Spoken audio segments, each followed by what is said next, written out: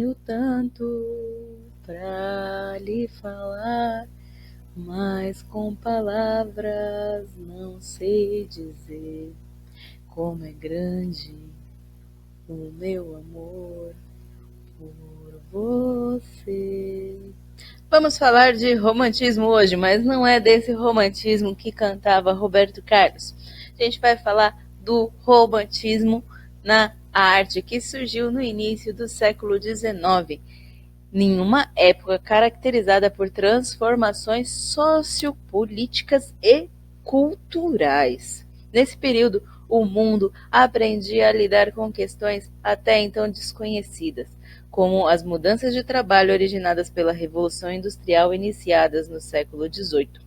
Isso porque, com o advento das máquinas modernas, muitos trabalhadores tiveram suas jornadas aumentadas consideravelmente, o que gerou revolta e deu início ao surgimento de sindicatos.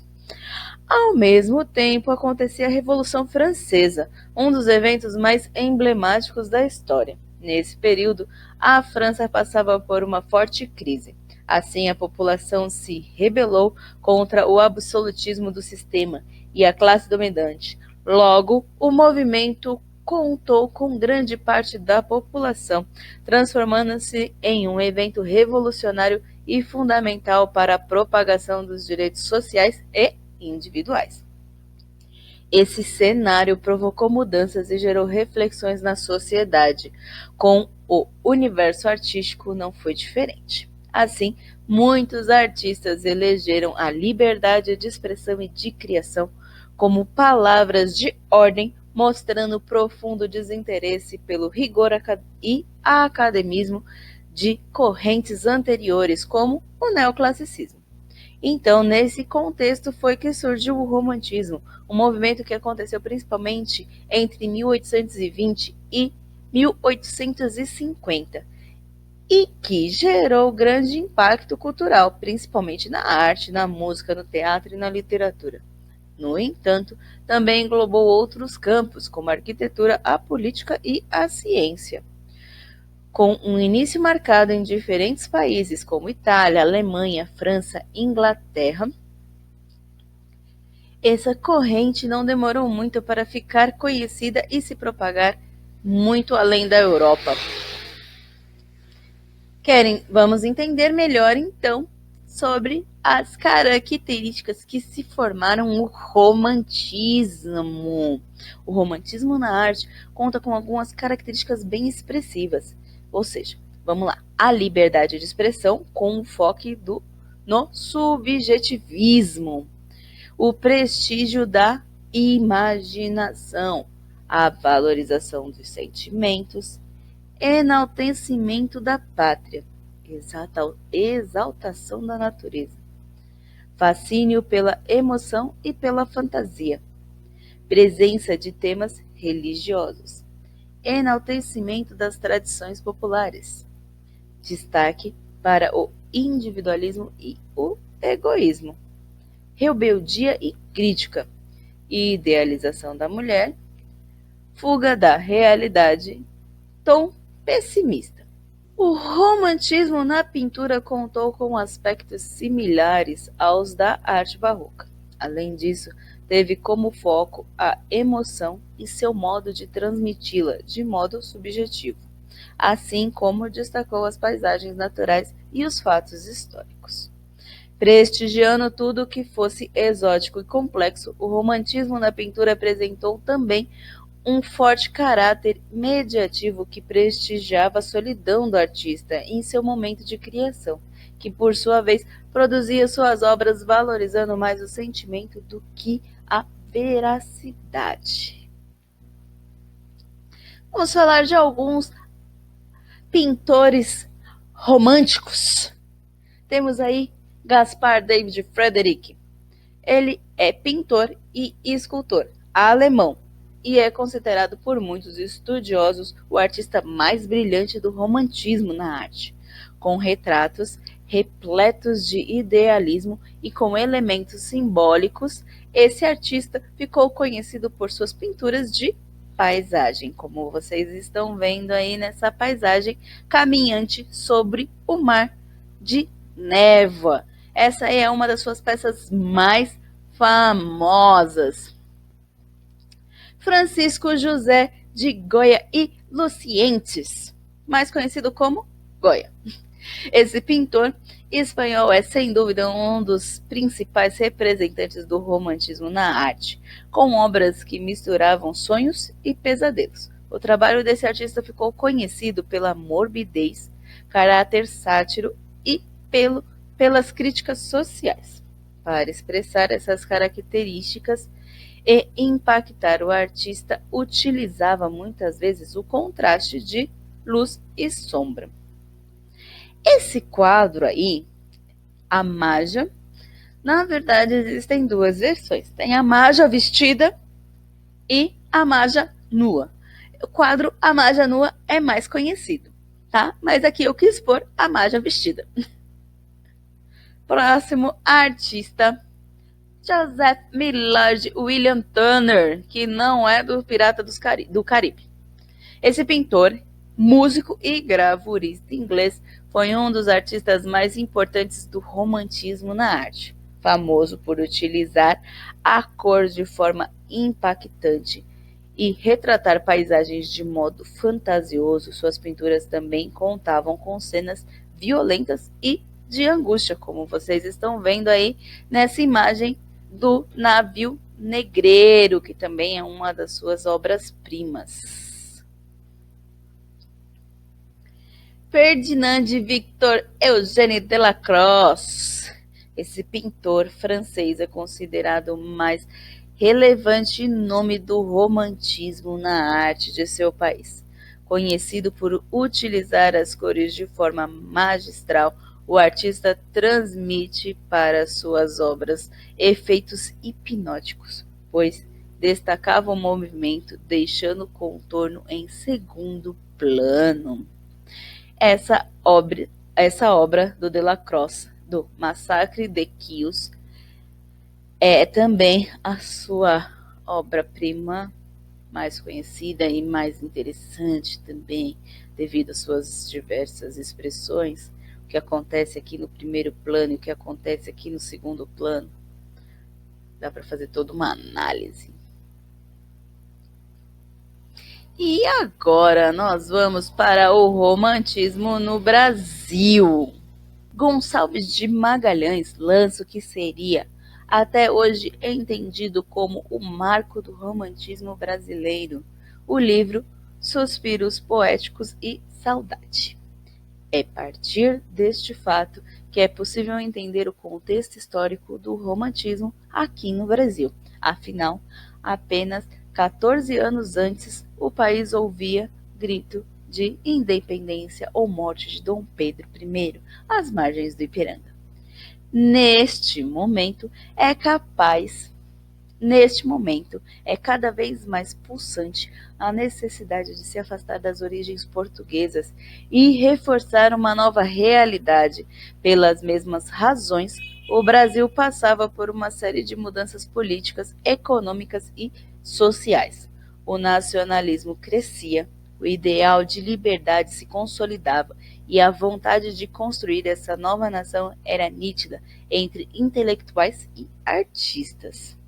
Um mix de insegurança e vontade de construir algo novo se instaurava no Brasil. A partir de todo esse contexto, as características românticas no Brasil começam a se desenhar em todos os tipos de representações culturais. Nas artes plásticas, os pintores passaram a valorizar o nacionalismo, criando telas que representavam e imortalizavam cenas da história nacional. O objetivo era ajudar na criação dessa nova identidade nacional, ainda tão jovem. Aí nós temos a foto, na verdade o quadro, A Batalha do Havaí de Pedro Américo.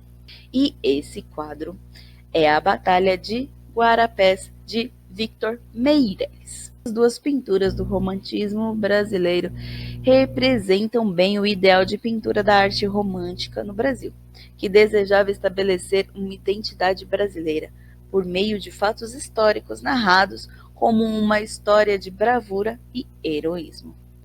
A obra de Pedro Américo retrata a Guerra do Paraguai entre brasileiros, argentinos e uruguaios. Já a tela de Victor Meirelles representa a vitória das tropas brasileiras contra as holandesas em 1648, no primeiro dos confrontos no Morro dos Guararapes. Alguns historiadores apontam que toda essa valorização nacional era comandada por Dom Pedro II, na tentativa de construir uma unidade cultural e social no país. A ideia central seria criar a imagem de um país civilizado e em progresso. Nada seria mais propício para isso do que despertar o orgulho nacional, retratando momentos heróicos brasileiros. Resumindo, por meio das pinturas do romantismo brasileiro, o nacionalismo encontrou terra fértil para crescer por meio de reconstrução visual de eventos históricos importantes. Além dos fatos históricos representados, a pintura também é dedicada a criar a identidade brasileira, retratando outros elementos tipicamente nossos, como a natureza e a reabilitação dos índios. Essa obra que vocês estão vendo se chama Os Bandeirantes, de Henrique Bernadelli. Essa aí que vocês estão vendo é a vista do Rio de Janeiro de Agedorn. Juntamente com os pintores já citados, a arte romântica no Brasil teve também outros artistas da pintura com grande participação na construção do ideal nacionalista. Rodolfo Amoedo. Ele é conhecido por ilustrar também muitos poemas. Manuel de Araújo. Sua relevância mais concreta foi as organizações da Academia de Belas Artes. E Almeida Júnior é o artista que revolucionou rapidamente para a incorporação do realismo nas temáticas do romantismo. E vamos nós para a nossa atividade. William Shakespeare. Como passar pelo romantismo e não falar dele, que foi um dramaturgo e um poeta inglês, autor das tragédias mais famosas, que são Hamlet, Otelo, Macbeth e Romeu e Julieta. Ele é considerado o maior escritor de todos os tempos. Então, vamos dar uma aquecida aí para falar de Shakespeare. Mas antes, eu quero que vocês mandem para mim um vídeo de vocês interpretando o monólogo de Hamlet. Ser ou não ser? Eis a questão. Eu vou narrar ele daqui a pouquinho, mas só narrado. Não vou fazer a encenação, porque eu não quero ninguém copiando, porque eu sei que vocês têm uma tendência a seguir mais ou menos aquilo que a gente faz. Então, vocês irão interpretar. Tem que aparecer vocês, tá? Se vocês vão usar efeito no vídeo de vocês, uma sombra, sei lá, fazer uma... Como é uma tragédia, né? Fazer uma penumbra negra em volta de vocês. Não sei. Utilizem a tecnologia que vocês quiserem, contanto que vocês apareçam, tá certo? E mandem para mim. Nesse caso, vocês podem mandar via WhatsApp, afinal de contas é vídeo, e vídeo é mais difícil para se mandar por e-mail. Tá bom? Então eu aguardo o monólogo de Hamlet de vocês. Ok? Ser ou não ser? Eis a questão. Será mais nobre em nosso espírito sofrer pedras e setas com que a fortuna enfurecida nos alveja, ou insurgir-nos contra um mar de provocações em uma luta por-lhes fim? Morrer, dormir, não mais. Dizer que rematamos com um sono a angústia e as mil pelejas naturais herança do homem.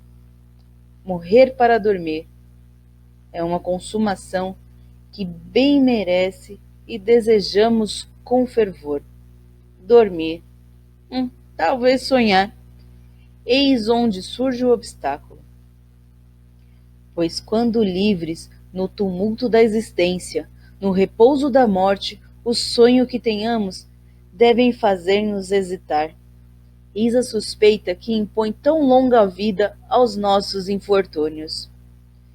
Quem sofreria aos rélios e a irrisão do mundo, o acravo do opressor, a afronta do orgulhoso, toda a lancinação do mal prezado amor, a insolência oficial, as dilatações da lei, os doestos que nos nulos têm de suportar, o mérito paciente, quem o sofreria? Quando alcançasse a mais perfeita quitação com a ponta de um punhal? Quem levaria fardos, gemendo e suando, sob a vida fatigante? Se o receio de alguma coisa após a morte, essa região desconhecida, cujas raias jamais viajante algum atravessou de volta, não nos pudesse avoar para os outros, não sabidos? O pensamento assim nos acovarda, e assim é que se cobre a tez normal da decisão com um tom pálido e enfermo da melancolia. E desde que nos prendam tais cogitações, empresas de alto escopo e que bem alto planam, desviam-se do rumo e cessam até mesmo de se chamar ação.